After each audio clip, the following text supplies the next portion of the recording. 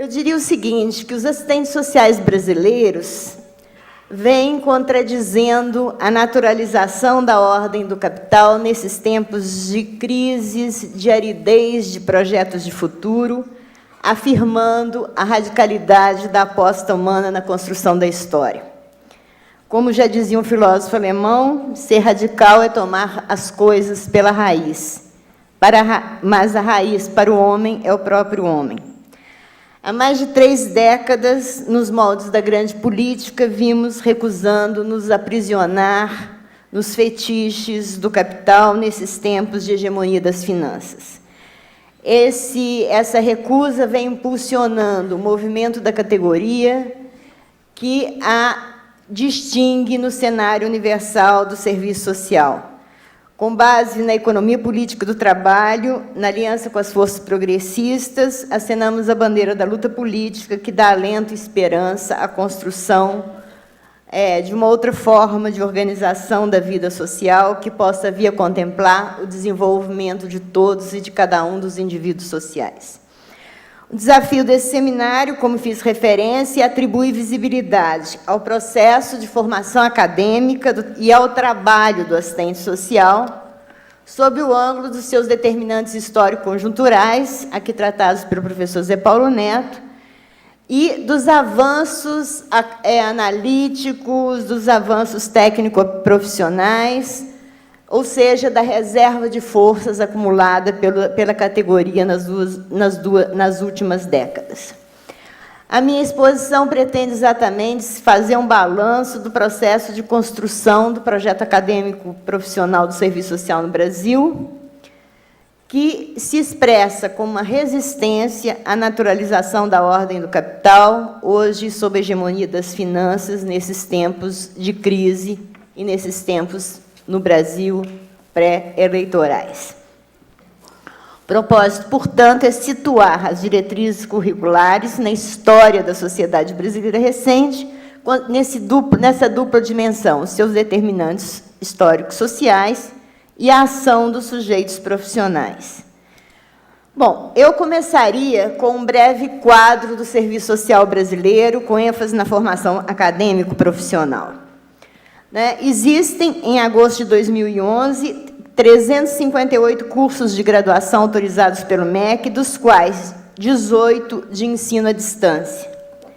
Mas os cursos de ensino à distância ofertam, no mesmo ano, em 2011, 68.742 vagas, enquanto a modalidade presencial, com 340 cursos, oferta, em 2011, 39.290 vagas, segundo as sinopses estatísticas do MEC, totalizadas por Larissa Damer.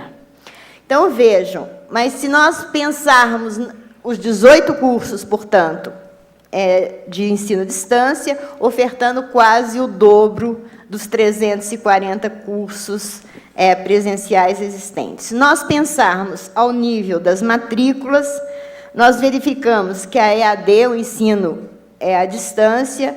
é responsável por 80.650 matrículas, enquanto os cursos presenciais são os 340 cursos presenciais por 72.019 matrículas.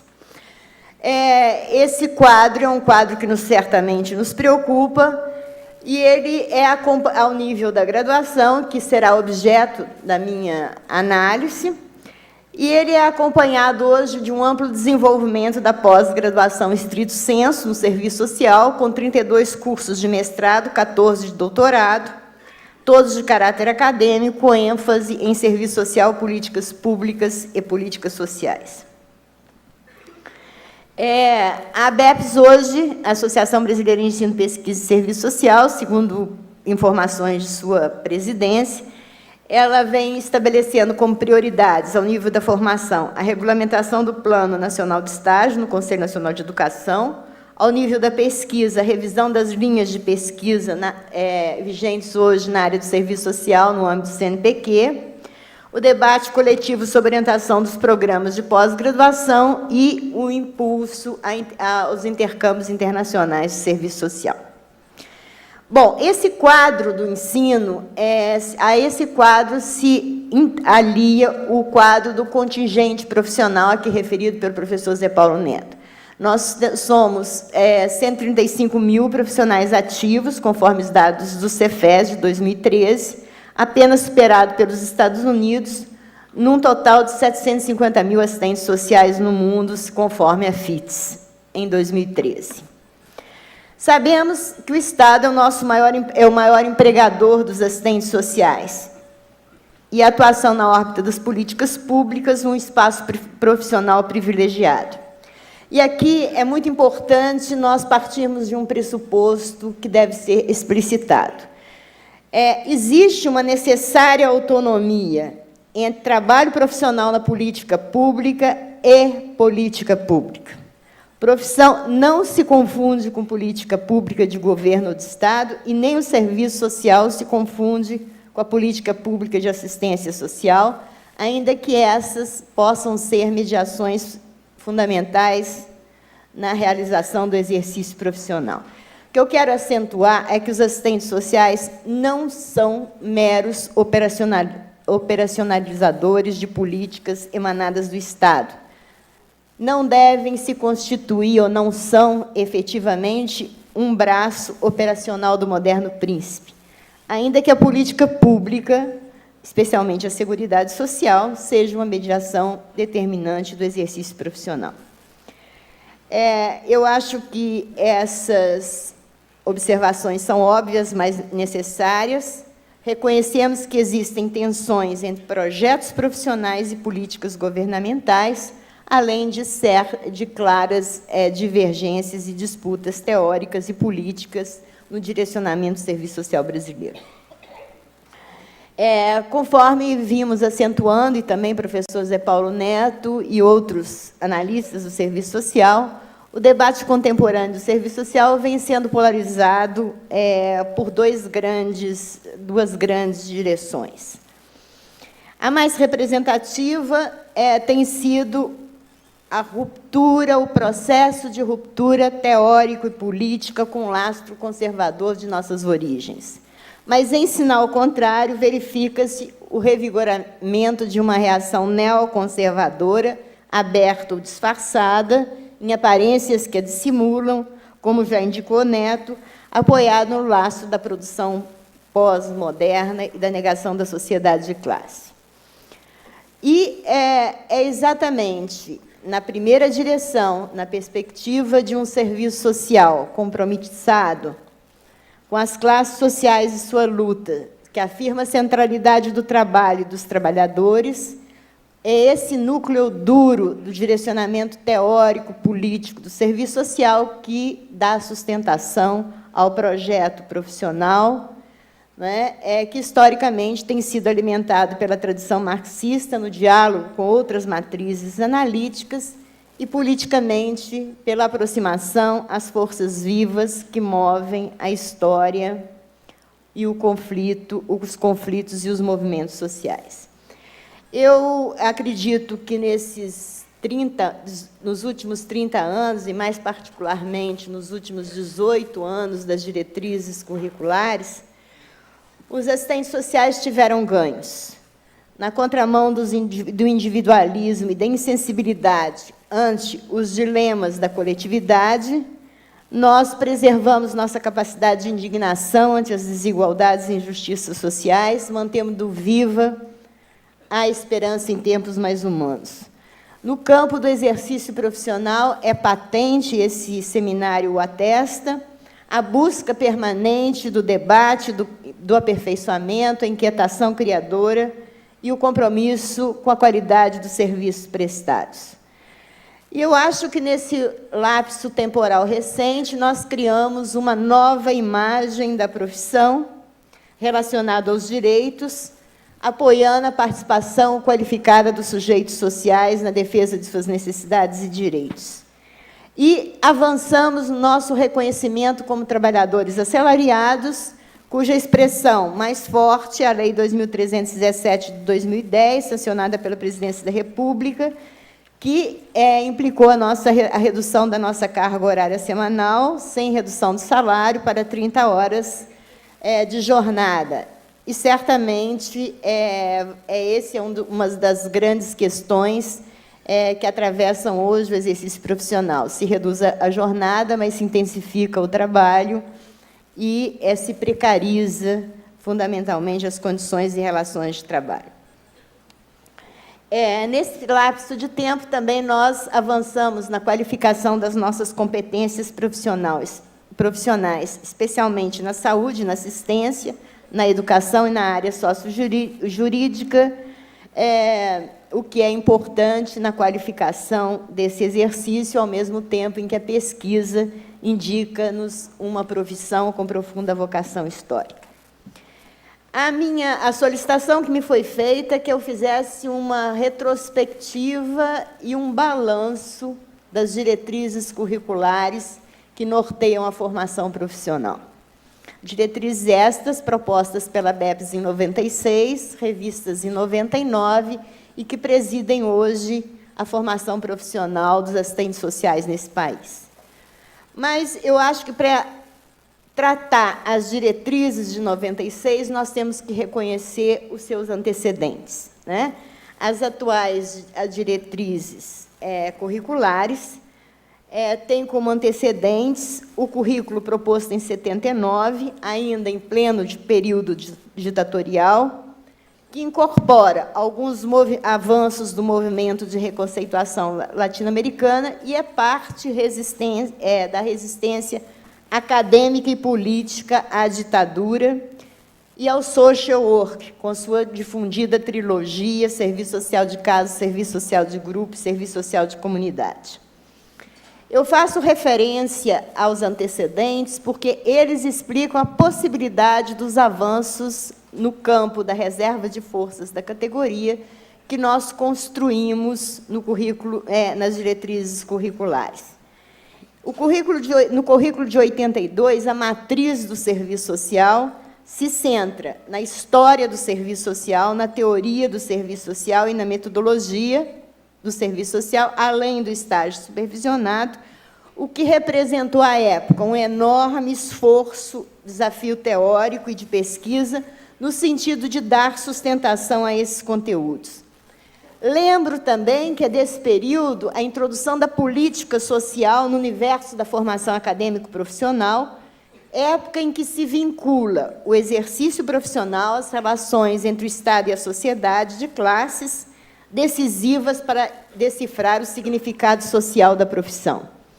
E também data desse período os estímulos à pesquisa em serviço social, impulsionado com a pós-graduação, especialmente a criação do doutorado nos anos 80, quando surgem os primeiros encontros nacionais de pesquisa, depois de pesquisadores. À época, a Associação Brasileira de Ensino em Serviço Social, a ABES, cria o seu núcleo acadêmico, o seu centro acadêmico, o CEDEPS, o Centro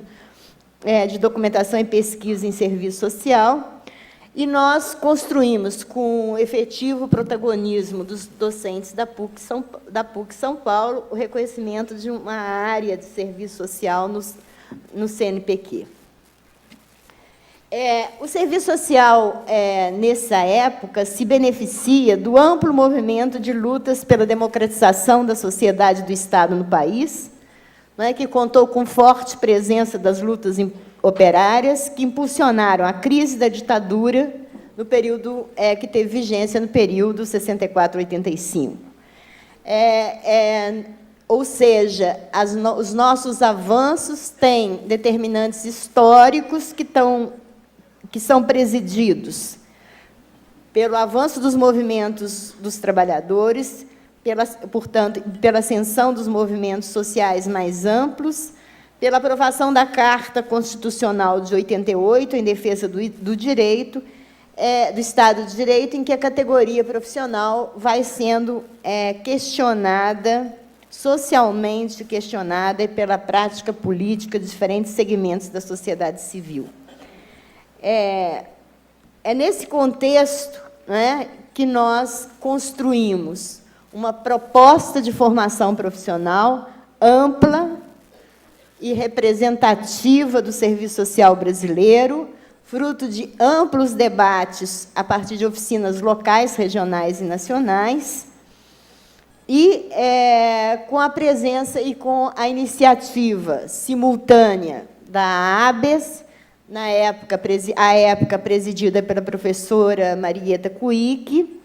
que fez gestões junto ao MEC no sentido de abrir espaços à constituição da Comissão de Especialistas de Ensino, responsável, entre outras funções, por apreciar e encaminhar ao Conselho Nacional de Educação as diretrizes curriculares na área. Ou seja, a ABES, então a ABES, atuou no sentido de fazer uma proposta amplamente representativa das entidades nacionais e, simultaneamente, de criar condições políticas no interior do aparato do Estado para que essas diretrizes pudessem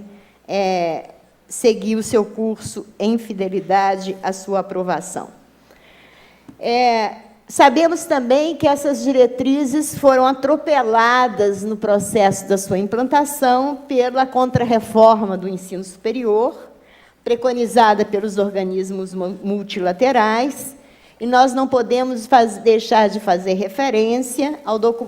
documento do Banco Mundial de 1995, que apresenta um sério diagnóstico sobre a universidade latino-americana e estabelece os grandes parâmetros que vão nortear a política do ensino superior a partir de então. A sua privatização, a formação por competências, a contrarreforma do ensino superior, a ampla mercantilização do ensino,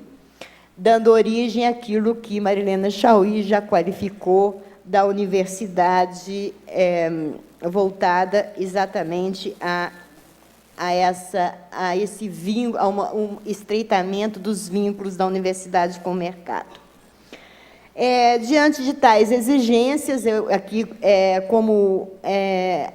testemunho ocular dessa história, gostaria de fazer referência que a Comissão de Especialistas de Ensino, diante das novas determinações que atravessam o ensino superior, ela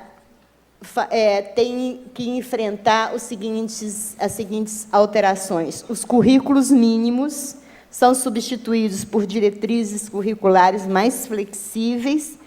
exigindo, mais além da proposta do currículo mínimo, tal como surge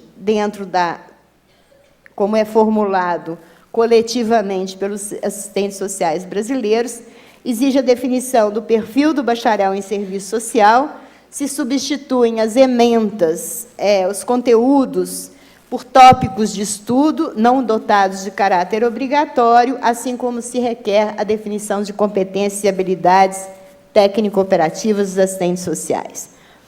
Recusando a adequação à formação das competências para o mercado e sendo exigida a revisão da versão final, apresentada pela ABES em 96, das diretrizes, a Comissão de Especialistas convoca quadros acadêmicos, assessores que participaram do processo da sua formulação e busca, exatamente nos instrumentos consagrados da legislação profissional, seja a lei da regulamentação da profissão e o Código de Ética, os elementos necessários para fazer essas adequações na perspectiva da resistência e da fidelidade às propostas originais da diretriz. Eu quero também lembrar que essa proposta final foi submetida à apreciação das entidades nacionais, Cefes, ABES e Enesso, e foi apresentada e aprovada na Assembleia Ordinária da ABEPS, quando a professora e doutora Ivanete Boschetti assume a direção da entidade, constituindo-se, portanto, a versão aperfeiçoada das diretrizes da ABEPS. Entretanto, entre a proposta da categoria e o texto legal aprovado, existem mudanças substantivas, não é? Em 2001, julho de 2001, foi aprovado pelo MEC, foram aprovadas as diretrizes curriculares para a área de serviço social, que sofrem uma forte descaracterização no que se refere à direção social da formação profissional, aos conhecimentos e habilidades preconizados, considerados essenciais ao desempenho profissional. Assim, por exemplo, no perfil do bacharel em serviço social, constava nas diretrizes um profissional comprometido com os valores e princípios norteadores do Código de Ética do Assistente Social, o que no Conselho Nacional de Educação foi retirado e substituído por utilização dos recursos da informática. Na definição das competências e habilidades, é suprimido do texto legal o direcionamento teórico-político da formação profissional, que constava apreensão crítica dos processos sociais na sua totalidade, análise do movimento histórico da sociedade brasileira, apreendendo as particularidades do desenvolvimento do capitalismo no país. Esses elementos foram extraídos da proposta aprovada. Também os tópicos de estudos foram totalmente banidos do texto oficial em todas as especialidades, nessa perspectiva de flexibilização da proposta de ensino, isso é em função da prospectiva e do impulso à ampla privatização do ensino superior. Então, persistiram como obrigatórios apenas 3 grandes núcleos de estudo que articulam a formação: o núcleo dos fundamentos teórico-metodológicos da vida social, o núcleo da formação sócio-histórica da sociedade brasileira e o núcleo dos fundamentos do trabalho profissional.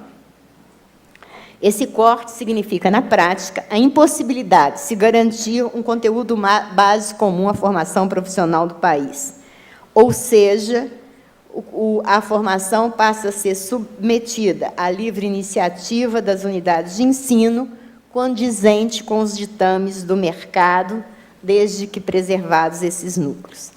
É importante dizer também que nós conseguimos, nesse lapso de tempo, preservar,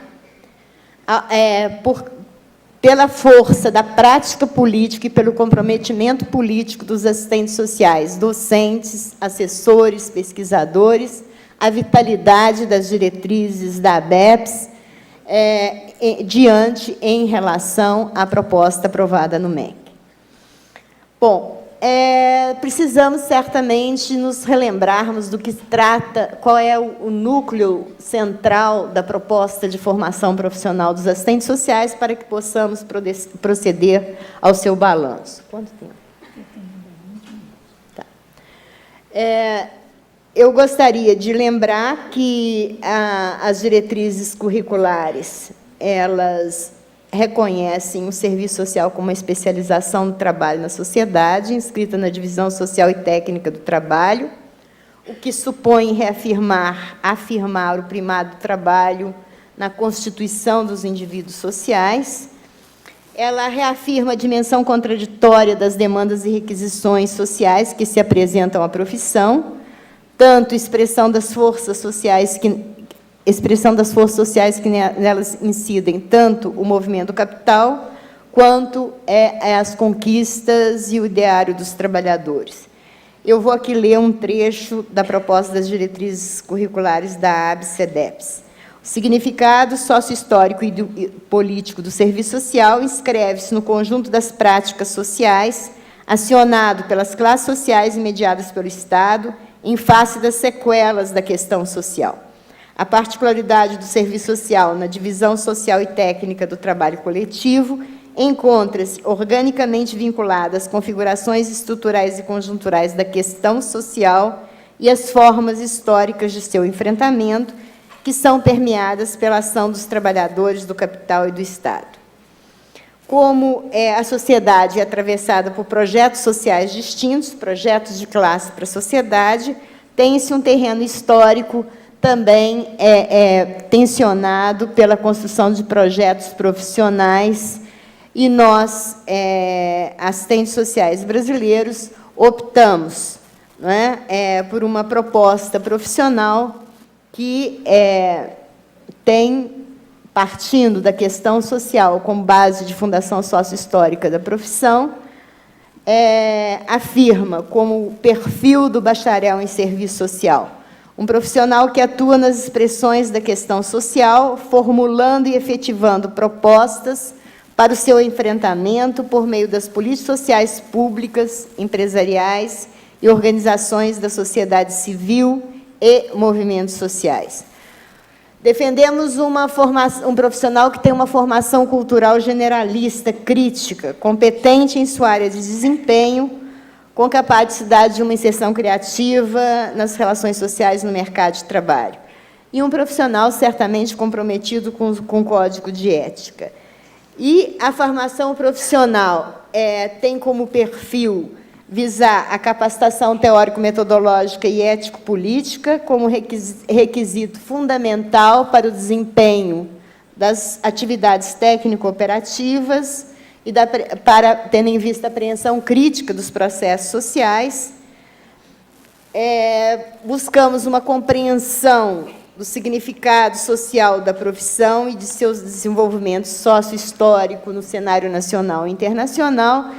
e identificar um profissional capaz de identificar as demandas presentes na sociedade, visando formular respostas profissionais para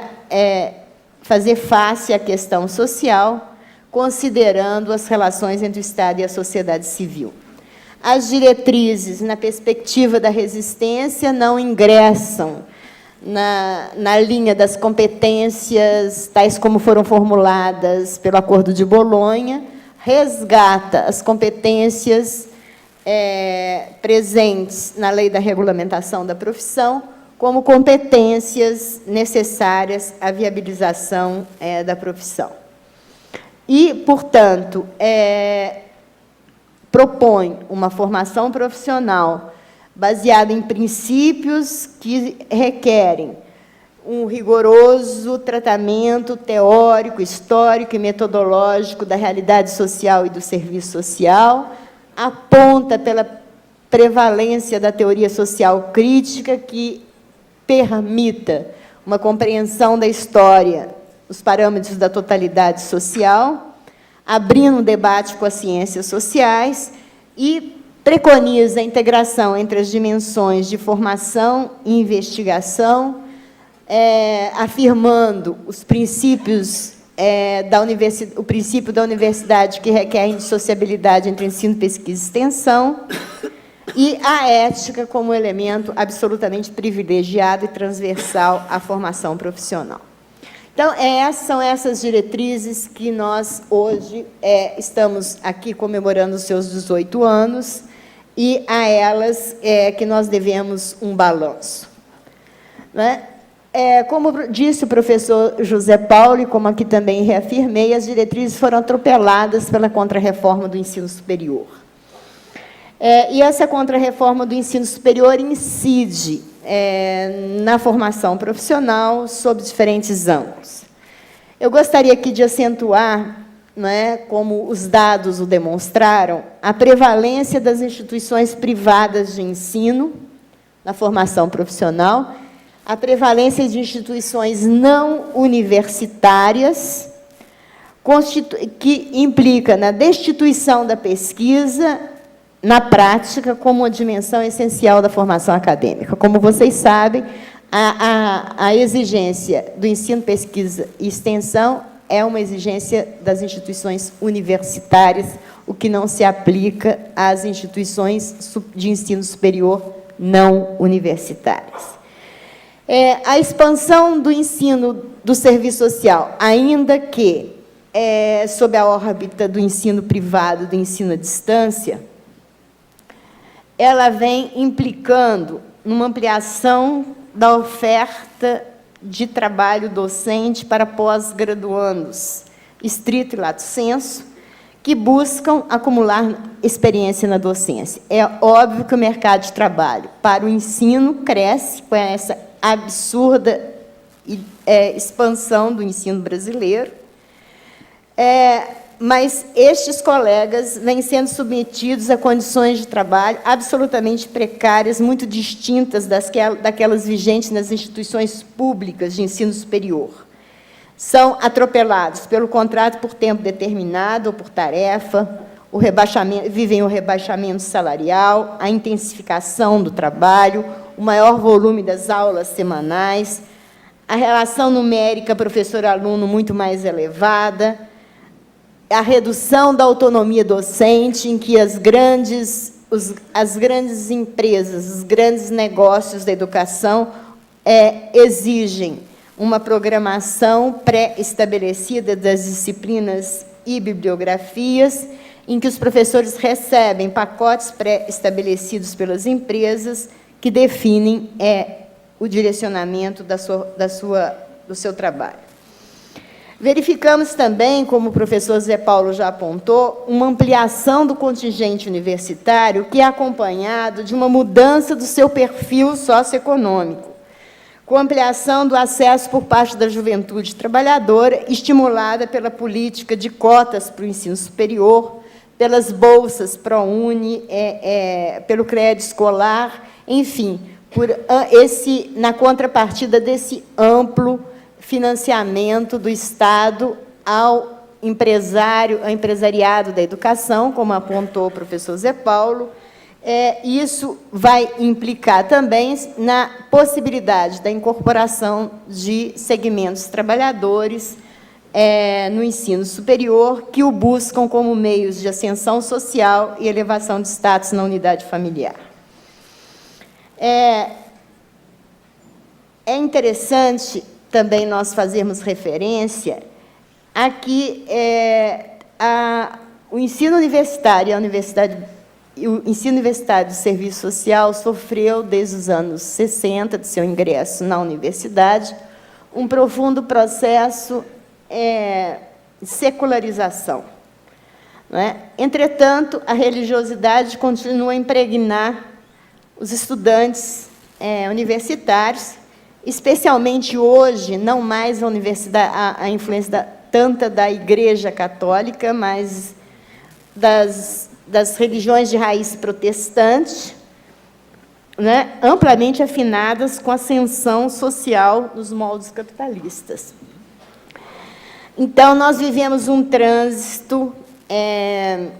no âmbito da formação religiosa, da defesa da fraternidade das nossas origens, a defesa da prosperidade econômica no mundo capitalista.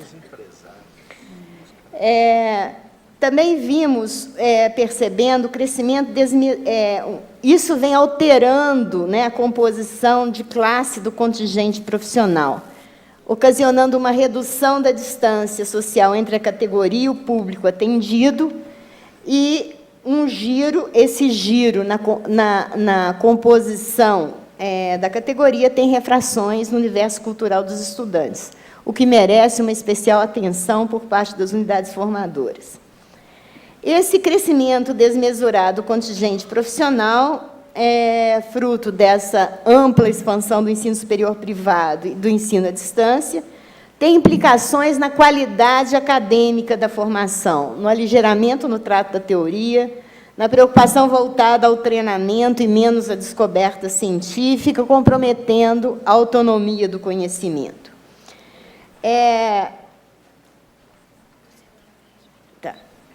Eu tenho como hipótese de que o crescimento do contingente profissional tende a provocar mudanças nas condições salariais, no crescimento acelerado do desemprego, pressionando o piso salarial, contribuindo, favorecendo, não é, a aceitação dessa ampla precarização das condições de trabalho e da insegurança no trabalho, tal como vimos observando a sociedade contemporânea. Dificilmente a oferta de postos de trabalho poderá acompanhar no mesmo ritmo o crescimento do contingente profissional. E daí a hipótese que venho desenvolvendo de que nós estamos construindo a criação de um exército assistencial de reserva como recurso de qualificação do voluntariado, não do voluntariado enquanto prática política, né, do voluntariado crítico, como disse o professor Neto, mas do voluntariado no reforço ao clientelismo político e à solidariedade enquanto obscurecimento das clivagens de classe. Por outro lado, esse chamamento de pulverização, diversificação e massificação da formação profissional, e não a sua universalização, volta-se ao atendimento às demandas flexíveis do mercado, que reforçam os mecanismos ideológicos de submissão dos profissionais às normas do mercado, podendo vir a provocar um imenso processo de despolitização da categoria profissional. Quero salientar também, tem mais algumas questões que eu gostaria, não sei se o tempo vai ser possível, de dizer o seguinte, que nós corremos hoje o risco, com esse processo de aligeramento da formação profissional e de avanço dos cursos técnico-profissionais, da universidade se transformar num centro de formação de mão de obra para as necessidades imediatas do mercado, mais eficaz, mais eficiente, mais sofisticado que qualquer departamento de treinamento das grandes corporações empresariais. Como nos lembra Lúcia Neves, os cursos que fornecem essa certificação aligerada têm o sentido de legitimação política, podendo representar mecanismos na busca do consenso ativo de parcela da população, até então excluída do ensino superior. Ao nível dos avanços acadêmico-profissionais conquistados, eu quero aqui rapidamente salientar o protagonismo da pós-graduação na qualificação do ensino graduado, especialmente por meio da produção de pesquisas, de publicações, que vem alimentando o ensino da graduação. Pesquisas estas que incidem predominantemente nas relações entre Estado e sociedade civil no âmbito das políticas públicas, especialmente das políticas sociais, no enfrentamento da questão social, com ênfase na implementação, gestão, avaliação e financiamento de programas e projetos sociais provistos pelas políticas públicas, como um contributo importante à análise da seguridade social, especialmente da saúde e da assistência, e também os estudos voltados à reestruturação produtiva, as respectivas relações e processos de trabalho, a diversidade das formas de organização do trabalho e perfis de segmentos de trabalhadores, com distinções de gênero, etnias, e os importantes estudos sobre o mercado de trabalho. Certamente, no âmbito dos fundamentos históricos e teóricos do serviço social. Bom, nós também, no âmbito do contributo da pós-graduação, das pesquisas, nós temos estudos voltados a culturas, identidades, subjetividades dos sujeitos, que consideram a família, a sociabilidade e o cotidiano dos sujeitos, em seus recortes de gênero, etnia e geração. As múltiplas faces da violência, o estudo dos direitos sociais e humanos, que adquirem visibilidade nas relações cotidianas com idosos, no trabalho infantil, junto a portadores de necessidades especiais, adolescentes infratores, na exploração sexual, no trabalho rural, entre outras dimensões. Quero salientar os menores investimentos na pesquisa, que é a área de especialização aqui da professora Maria Lúcia Carvalho, sobre conflitos e movimentos sociais, incluindo os processos organizativos e a mobilização popular, tanto na questão agrária, urbana e meio ambiente. No que diz respeito aos fundamentos históricos e teórico-metodológicos do serviço social, eu acho que nós avançamos na compreensão da historicidade da profissão na sociedade, da crítica teórico-metodológica, tanto do conservadorismo quanto da vulgarização marxista, introduzindo a polêmica sobre as relações história, teoria e método do serviço social, que hoje vem recebendo os influxos da chamada crise dos paradigmas, a ênfase na política social pública, aqui já referida, o importante avanço no debate da ética e do projeto profissional, o debate sobre a reestruturação produtiva e a centralidade do trabalho, as alterações no mercado profissional, as formas de consumo da força de trabalho e perfil dos trabalhadores, e o debate sobre o exercício profissional hoje que está em curso, não é? Pensado sob as óticas do trabalho, da ideologia e da praxis. Merecem ser saudados também os estudos, os avanços na compreensão das competências e atribuições profissionais, mas existem alguns silêncios que a ABEPS nos indica como prioridades. Fruto das conclusões da ABEPS itinerante da gestão 2011-2012, e aqui eu agradeço à professora doutora Cláudia Mônica as bases desse relatório. A ABEPS indica como prioridades, no âmbito do estudo do serviço social,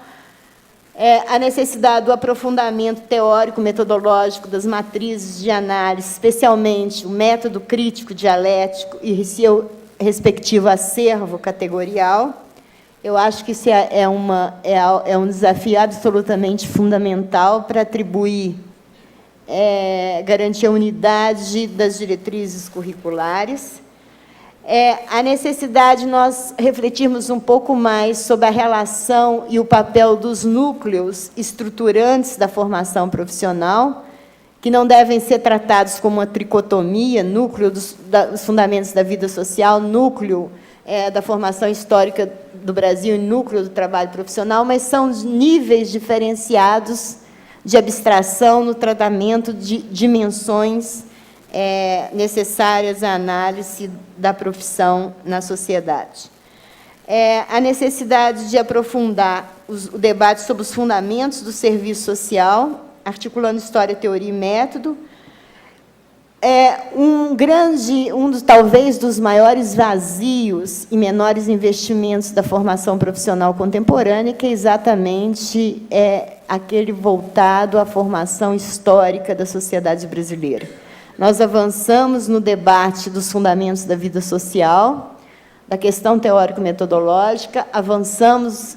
na discussão dos fundamentos do serviço social, mas talvez menos na particularidade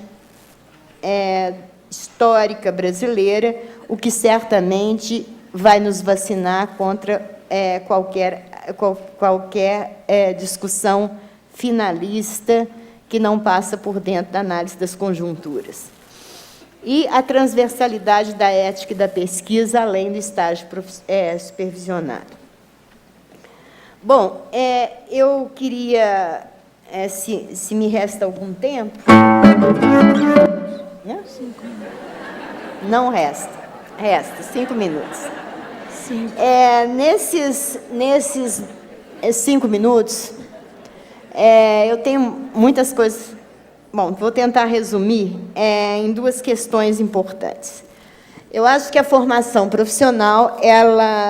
nós devemos presidi-la no campo específico da profissão,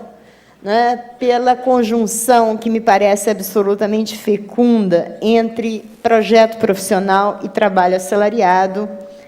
que permite atribuir no universo profissional visibilidade ao clássico dilema entre estrutura e ação do sujeito, entre necessidade e liberdade, ou seja, a profissão como produto da história, mas também como produto dos sujeitos que a constituem, né? Eu acho que essa ótica de análise requer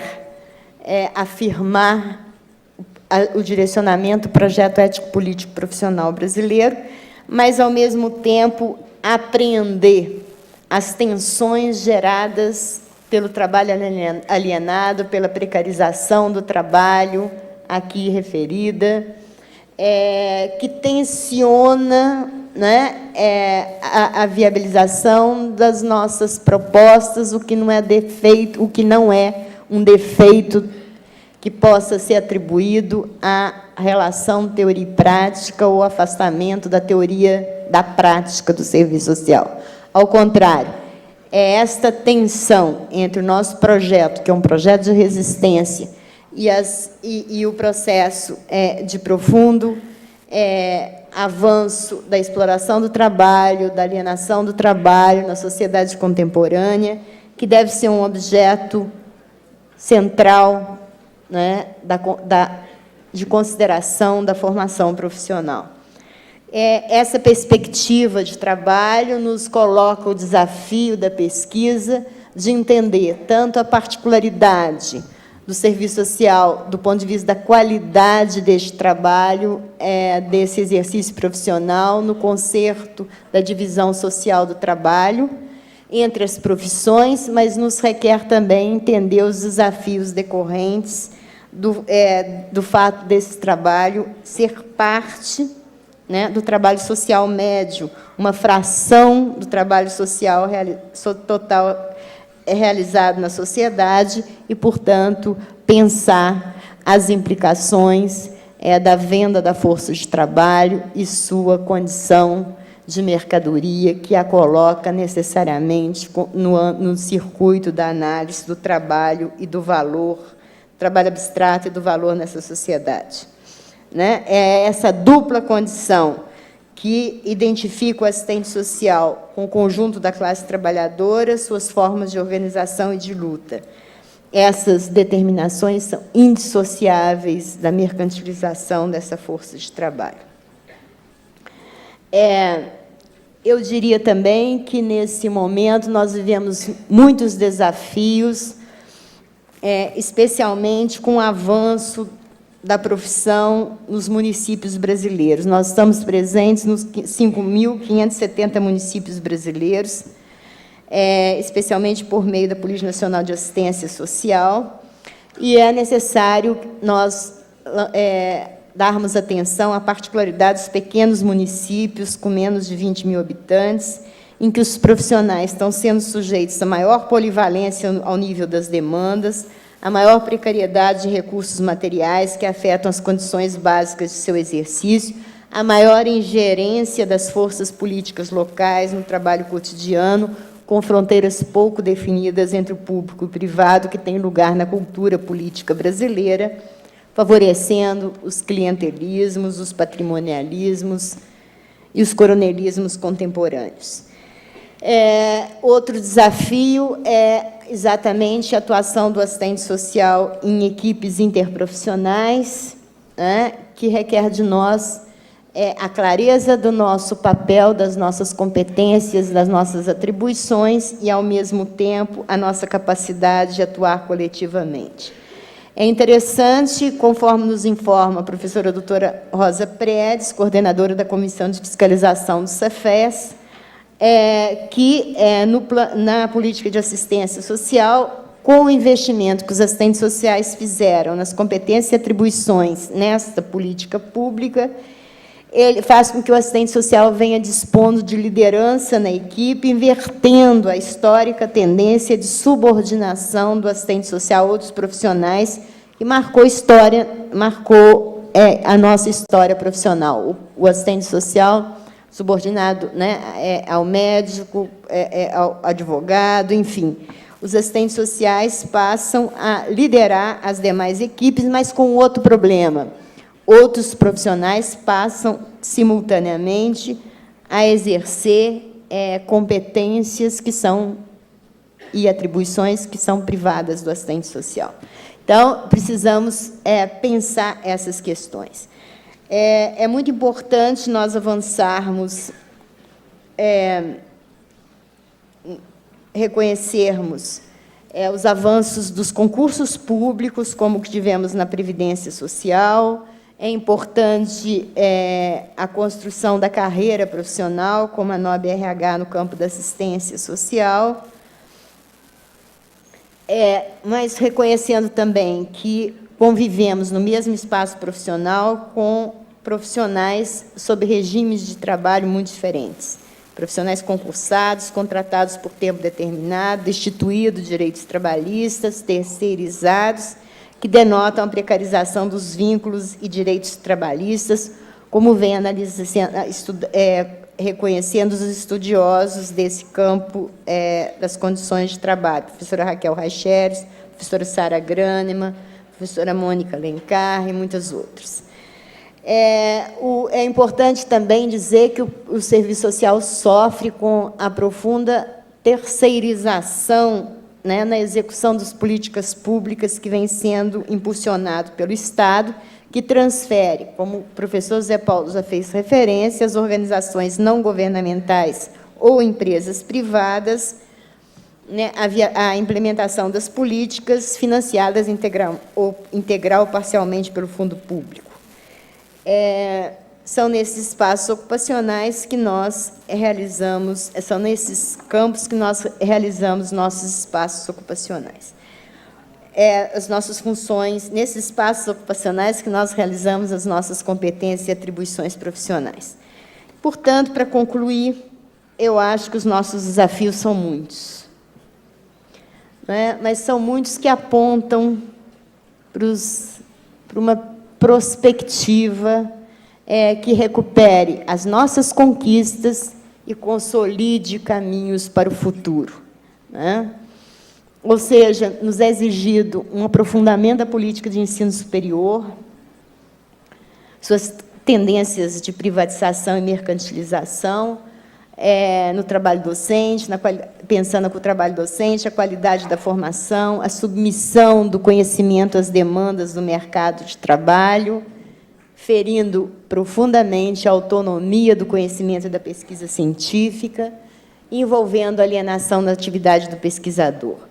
Nós temos que zelar pelo aperfeiçoamento da qualificação teórico-metodológica e ético-política na área do serviço social, né? Denunciando isso que fiz referência ao aligeiramento da formação profissional decorrente da submissão da educação superior à lógica da lucratividade, que se transforma num campo de negócios. O aprofundamento das pesquisas, das vertentes teórico-metodológicas que têm marcado presença no debate profissional, especialmente nos anos 80, a partir dos anos 80, com aprofundamento do eixo dos fundamentos do serviço social.